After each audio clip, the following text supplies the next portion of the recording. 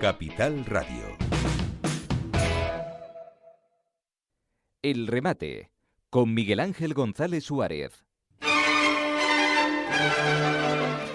Bueno, ya saben que todos aquellos que nos sintonicen en este momento a través de la frecuencia modulada en toda Canarias o por internet o por YouTube, pues están escuchando la 10 Capital Radio.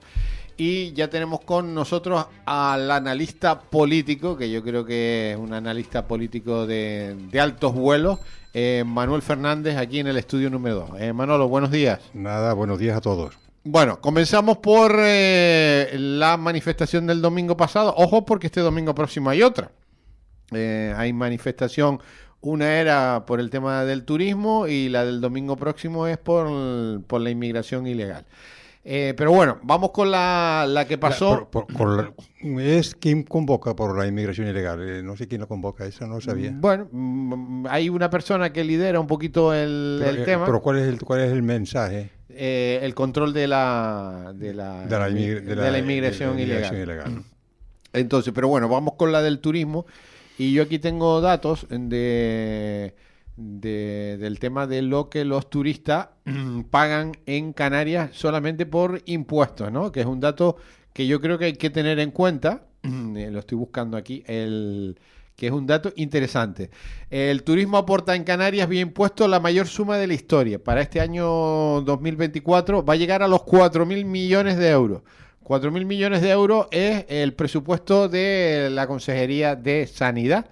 Pero es que el presupuesto de toda Canarias es de 11.000.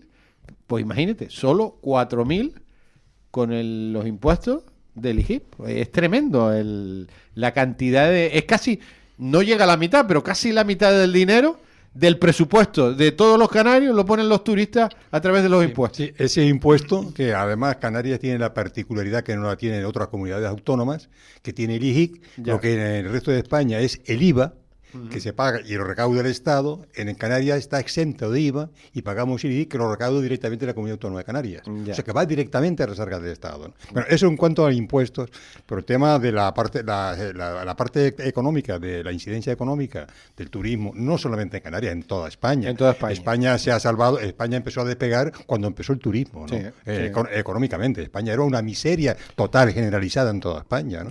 Y realmente, porque no tenía ni industria, ni los campos estaban totalmente tercermundistas en cuanto a su explotación, y entonces tenemos que el turismo fue quien despegó y nos dio recursos para modernizarnos en la industria y para modernizarnos en el campo, ¿no? Y entonces esa es la riqueza de España hoy actualmente. Tanto en Canarias, y en Canarias concretamente, que antes aquí, bueno, pues lo que, yo no sé, yo estaba en el Hierro en la época de los años 50, años 40, años 50, ¿no? Y la miseria era absoluta, ¿no? Pero no en el Hierro, en La Gomera, hasta en La Palma, que era la isla más rica de Canarias, había por todas partes, y la gente inmigraba en cantidades inmensas, ¿no? Fuera de Canarias, a nado a coger los veleros para irse para Venezuela, ¿no? Esa era la realidad de Canarias, con apenas 700.000 habitantes que había en toda Canarias, ¿no? Y había poca comida para estas personas, a pesar de que se cultivaba todos los bancares de La Gomera, todas las partes de medianía, cualquier rincón se cultivaba, pero no daba para comer a los canarios, ¿no? Y tenían que emigrar porque no había para dar a sus hijos. Hoy va en Canarias 2.300.000 personas fijas, ¿no? Y comen todas, ¿eh? Algunos comerán un poco porque eso no se puede evitar, lo que es la indigencia de ciertos grupos de temas que son aproximadamente, bastante afortunadamente minoritarios cada vez más, ¿no? Pero que la gran mayoría, la gran masa de la población, la gente ya vive, ¿no? Eso es otra situación. Y eso es el turismo. Aquí desapareció lo que es el tabaco, aquí desapareció la industria del tabaco, la industria de las conservas, desapareció totalmente lo que era la industria básica de aquí. No hay nada. O sea, incluso las flores, la exportación de flores, el plátano está mantenido con alfileres, mantenido. El plátano se cae en cualquier momento. Que estaba mantenido en la época de Franco porque era reserva de España. Hoy, aunque está también prioridad en la Comunidad Europea, pero los bajos precios de los plátanos de la zona esa, pues resulta que aunque está protegido y subvencionado, realmente es difícil de competir, ¿no? Esa es la realidad que tenemos encima y la espada de Damocles. Si echamos el turismo, esto ya entonces Canarias con 2 millones de personas nos comemos unos a otros, ¿no? La gente, estos señores, por no decir otra cosa, que están convocando estas manifestaciones, no tienen la más remota idea de lo que la situación económica que puede suceder a Canarias con sus mensajes y esas atrocidades que están haciendo, como vi en la televisión en los últimos días en la playa de las Américas, acosando a los turistas que nos están trayendo el dinero que vienen aquí, en lugar de consumir, nosotros exportar a Francia, exportar a Inglaterra, exportar a Alemania, no, ellos vienen aquí a consumir nuestras exportaciones. Nosotros importamos y vendemos a ellos, y ese es el Producto Interior Bruto que nos queda en Canarias. Y el 60% del trabajo directo e indirecto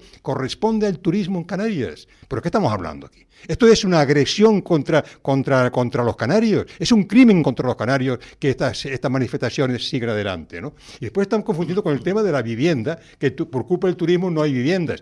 Falso, absolutamente falso. No hay viviendas porque la desgracia de gobierno que tenemos, en 6 años no ha construido una sola vivienda en España, no en Canarias, en España. 4 viviendas por aquí, 8 por allí. Eso no es construir viviendas. Hay que construir viviendas y hay que cambiar la ley de la vivienda y que no se le proteja a los ocupas, no se le proteja a los que se te meten en tu vivienda si tú lo alquilas, para que después se te quede dentro y luego tenga más protección que es tu ahorro que lo has invertido en la vivienda, te quedes sin ella, ¿no? Esto se está ocurriendo en España. Por lo tanto, la gente que tiene sus posesiones de alquiler no las alquila con una ley de estas características. Y, por supuesto, la gente menos pudiente, que siempre la hay, para acceder a la vivienda hay que hacer viviendas sociales en cantidades en toda España de millones de viviendas que hay que hacer en España, ¿no? Y no hacen ni una. Y están hablando todo el día discutiendo esta cuestión. Otro día, y con eso termino, porque yo veo estas manifestaciones y sinceramente habéis visto un poco la pasión con lo que hablo con esta cuestión, porque yo conozco te voy a dar datos de... Sí, pero te voy a dar un tema indignante en el tema. Sí. Por la TV6, el otro día en el último debate, que la 6 debate o no sé qué, que y llevaba el tema y tal, y había unos jóvenes allí discutiendo, y entonces haciendo desde una televisión pública para toda España, propaganda para toda España, diciendo que había un llamamiento a la desobediencia civil. Eso es un delito. Eso es un delito, a la desobediencia civil para que ningún inquilino pague sus rentas. Desde una televisión pública para toda España. Y aquí el gobierno no ha hecho nada, ninguna investigación sobre esta cuestión, que se haga un reglamento de esas características. Porque eso, ¿usted se imagina que puede suceder en España una desobediencia civil de estas características? Bueno, pues eso ha sucedido otro día en la televisión el sábado pasado, ¿no? Ya. Te iba a comentar en cuanto a la población, porque teníamos los datos el otro día del año 2018 y del 2024. En España hemos perdido 621.000 españoles, 621.000 españoles en 6 años. Hemos perdido, y hemos ganado 2,7 millones de extranjeros, residentes, que tienen toda la legalidad para trabajar aquí en España. Bueno, ya estamos cerca de 10 millones de extranjeros en España. 10 millones de extranjeros, casi el 20%. Bueno, un poquito más. Del 20% de la población ya son extranjeros. Es complicado, Es complicado. Sí. Y ojo, que van a regularizar más, Ya están preparando una nueva regularización entre 1.500.000 más, Bueno, ahí está la clave. El tema está la inmigración ilegal. Ya. Descontrolada. Y que venga cada vez más en grandes masas de eso. ¿Cómo controla eso? Control económicamente, socialmente y demás. Sí, eso pero la pregunta es... Ahora, ahí tú estás mezclando el tema. El tema de los extranjeros son cantidades de residentes extranjeros que son, sobre todo, jubilados, que viendo por el clima, vienen aquí, alquilan o compran su vivienda y su jubilación con su dinero que lo cobran en el otro país, lo gastan en España. ¿Sabes? Es un tema totalmente diferente. Sí, pero ese toma no necesita... Esos jubilados usan también la sanidad y usan todo, la sanidad que pagan y que están con los convenios internacionales. Pero no usan escuelas y no usan otro tipo. Todo lo más lo pagan. Lo pagan todo, su electricidad, lo que hay que hacer. Cuando tú tienes un problema de atendimiento, cuando no tienes recursos económicos. Cuando tienes recursos económicos, tienes tu suficiente capacidad de atendimiento del tema. Yo siempre pongo el mismo ejemplo y la misma diferencia, ¿no? En cuanto a capacidad de carga de población, siempre pongo que Singapur, ya lo hemos hablado varias veces, tiene el tamaño de la isla de La Palma. 700 kilómetros cuadrados. Y viven 5 millones de personas. Es mejor que en ninguna parte del mundo. Todos. Mejor que en ninguna parte del mundo. Todos. De la población del tamaño de la isla Palma. Si vamos a Kenia, la población es muchísimo menor, con un territorio inmenso, y viven totalmente pasando hambre y miseria. El tema no está en el territorio, en el tema, sino en los recursos económicos que podamos tener y generar. Y tenemos que trabajar simplemente en eso, lo que no podemos rechazarlo. Y en Canarias, el turismo, lo que es el turismo, la ocupación turística de las grandes masas turísticas, fundamentalmente Playa de las Américas o Playa del Inglés, por ejemplo, o Puerto Rico y unas cuantas más, es el 1,8% del conjunto del territorio de Canarias.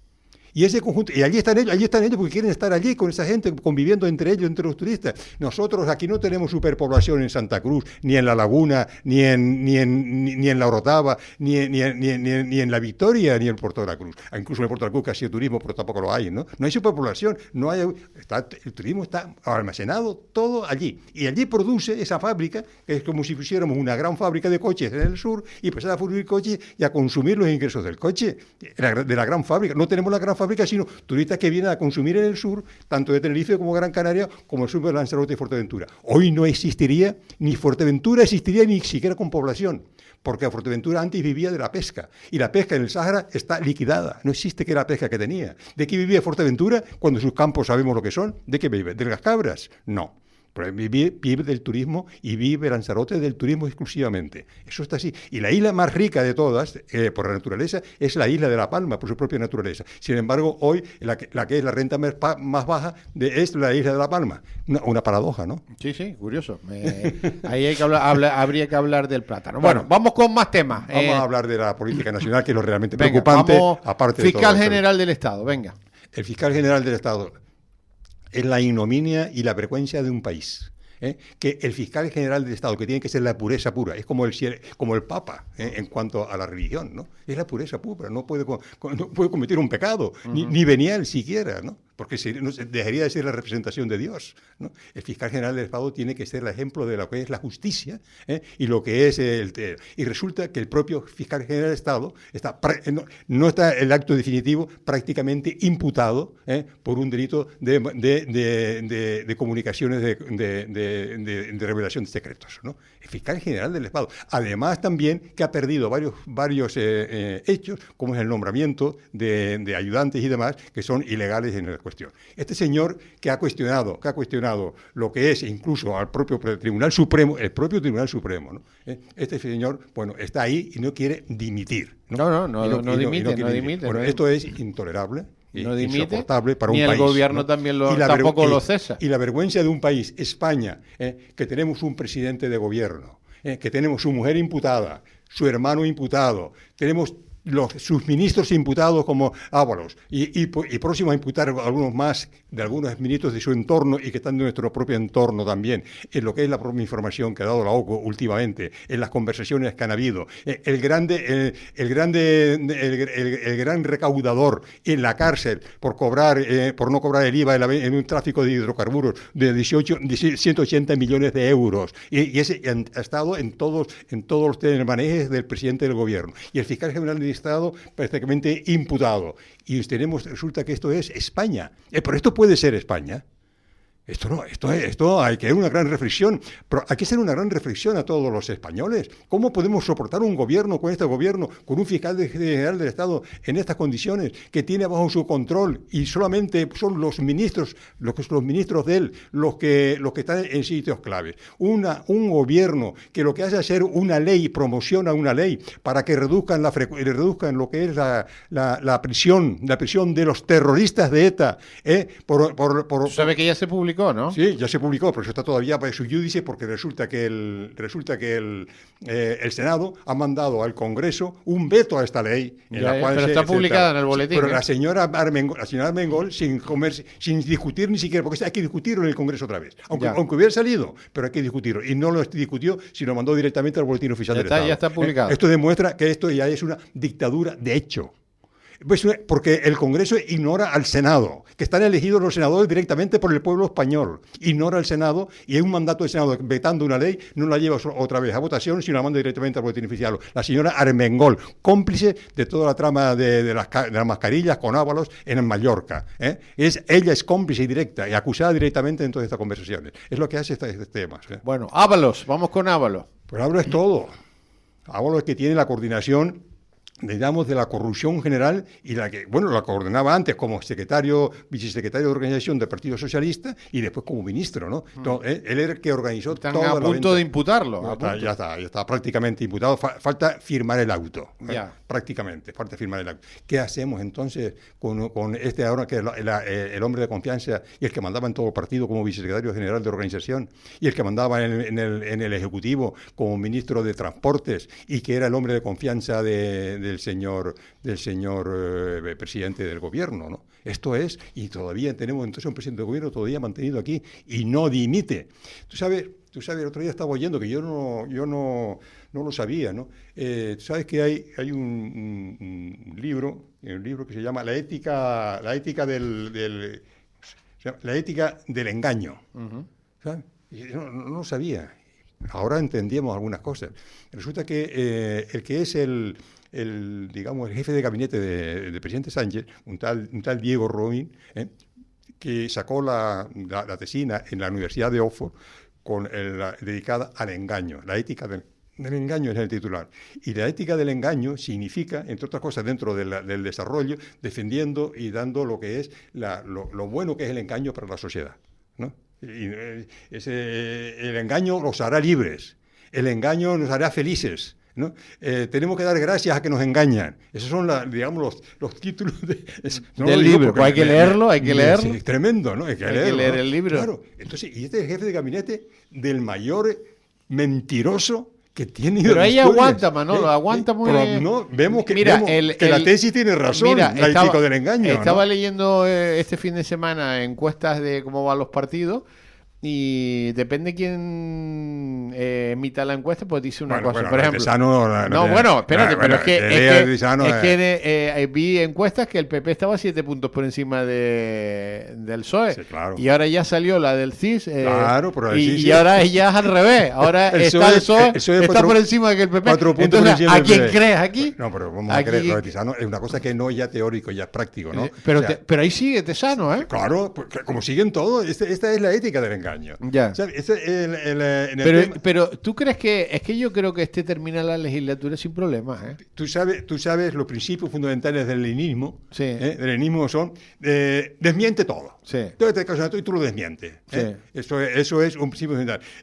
Niega todo tipo de acusaciones que te hagan, siempre. Sí. Tú tienes que negarlo. No aceites haber perdido nunca. Yo no he perdido. Quien perdió fue Feijóo. Yo gané porque yo estoy gobernando. Claro, que los votos fue mayoritario. Pero lo practican muy bien. Lo practican muy bien. Sí. Acusa siempre, acusa continuamente. ¿Qué es lo que está haciendo con Ayuso?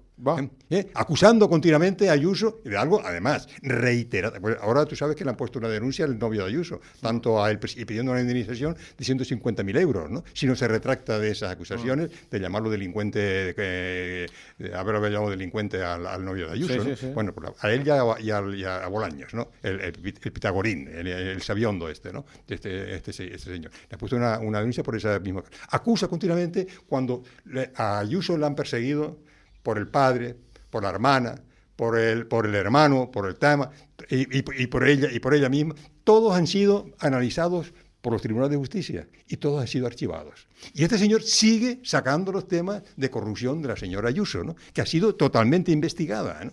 Y él cuando es investigado, ¿qué es lo que hace? Denunciar a los jueces por prevaricación. Pero los tribunales todavía funcionan en España, afortunadamente, y la han echado abajo por denuncia falsa. Denuncia que no tiene nada que ver con la realidad. Estamos en un pim-pam-fuego, ¿eh? Tremendo, es tremendo, ¿no? Mientras tanto no se arregla nada importante, ¿eh? Lo importante, pero que no se habla, lo que dices tú, no se hace ni una vivienda, por ejemplo. Pero que no se habla nada importante de España.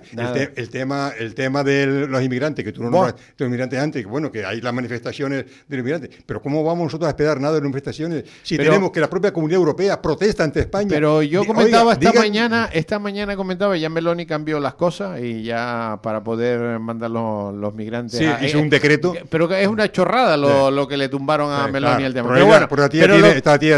Pero lo que decía yo, por ejemplo, en las costas italianas no está la Cruz Roja ni está la Salvamar, está la Armada. Exactamente. La Armada italiana. Está la Armada italiana. Claro. Entonces, cuando cogen la patera o el cayuco, los montan, les dan de comer, los cuidan, los arropan, duermen. No le tiran cañonazos, como dice la demagogia. Y los llevan para Albania. para Albania. Claro. Eso es lo que hace. Aquí no, la Armada no está en eso. Si tú haces aquí una recopilación de muchas intervenciones mías, yo he dicho reiteradamente cuando hablo el tema de que la única, incluso en combinación con la propia Comunidad Europea, ya que la Comunidad Europea lo está aceptando. Lo está aceptando. Pero la Armada italiana es la que guarda las costas. ¿Lógico? Yo dije que la Armada española tiene que estar en aguas internacionales, al borde de las aguas en aguas internacionales, y cuando ven, lo tienen aviso con los propios drones, tienen aviso que viene cualquier, lo localizan, van, lo recogen como es su obligación, recoger a supuestos, digamos, náufragos, los recogen y los llevan al país más cerca, que es África, a su país. Y no hay ninguna violencia, es una aplicación de la legislación internacional. Pero tiene que poner la Armada en su sitio y tal. Y cuando lo hagan estos 5 o 6 veces... Eso es lo que hacen los italianos. Eso es lo que hacen los italianos. Le llegan al barco, lo suben, le dan de comer, le dan ropa, duermen y para Albania. Europa ya lo ha aceptado, menos Sánchez.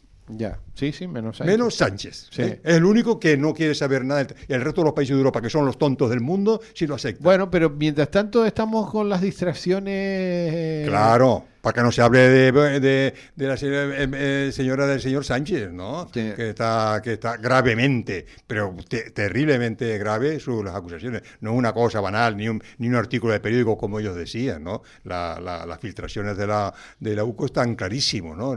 Sus conversaciones con los diferentes, digamos, artistas de la cuestión corrupta, ¿no? Tanto en la universidad, sabes que ya suspendieron las cátedras, ¿no? Bueno, y aparte se ha adueñado indebidamente del software de uno de las cátedras que le habían elaborado los amigos de ellas que la estaban potenciando para luego conseguir subvenciones como el Grupo Globalia, por ejemplo, ¿no? De 700 millones de euros, ¿no? Bueno, esto es así, este mundo está construido de esta manera y aquí seguimos nosotros apoyando a Sánchez. Sí, ¿por qué? Ayer veía una intervención de una señora, hay que apoyar a Sánchez hasta el final porque es el único que no deja gobernar a la derecha y es el único que detiene el tema. Claro, usted no debe gobernar, usted gobierne la izquierda, que gobierne el comunismo, es lo que usted quiere. Pues bueno, si usted quiere que gobierne el comunismo, se va a Cuba, que llevan 4 o 5 días a oscuras, toda Cuba, sin luz, sin alimentos, porque no tiene ni dónde guardar los alimentos, y con una miseria impresionante, después de tanto de 50 o 60 años de comunismo, ¿no? Está absolutamente en la miseria. Eso es donde queremos llevarnos a España, uno de los países, digamos, modelos del mundo. No, olvidémonos ya de estas tesis, señores, y reflexionemos, que aquí, aunque los que menos pudientes en el tiempo, yo he sido una persona poco pudiente en su tiempo, y me he recuperado con mi esfuerzo, mi estudio y mi trabajo. Es que es lo que realmente funciona en un país libre, ¿no? Y eso es lo que hay que potenciar. El que no quiere trabajar, el que quiere ser indigente, pues bueno, indigentes allá está en Noruega, que yo los he visto por las calles, ¿no? Porque vienen rumanos, vienen de otros sitios, van allí, todo el mundo viene de todos los países. Eso está ahí y eso se irá equilibrando en el mundo. Pero en el mundo hay 8.500 millones de personas hoy que viven. Hay evidentemente un porcentaje de esas personas que viven mal en el mundo. Pero antes, cuando en el mundo había en solamente la Edad Media 1.200 o 1.500 millones de personas, la mitad no tenía ni para comer ni en una semana nada, ¿no? Eso era la miseria que había en el mundo de la despoblación, cuando no había tal. Hoy hay superpoblación, hoy la mayor parte del mundo, entre los países, incluso en países en África, hay que comer. Hay sitios muy miserables, evidentemente, pero y eso está cada vez mejorándose, ¿no? Pero esa gran población, lo tenemos que procurar mantener los sistemas de producción agrícolas, que es en definitiva lo que todos necesitamos para comer, y mantener el equilibrio y la seguridad jurídica. Habiendo seguridad jurídica hay progreso. Y eso es lo que hay que defender. Nos tenemos que ir, Manolo. Se nos acabó el tiempo. Ahí tenías más temas. De todas maneras, habrá otra próxima ocasión. Es un placer escucharte, Manolo. Muy bien. Que tengas buen día. Buenos días a todos. El remate con Miguel Ángel González Suárez. Para personas inquietas, Capital Radio.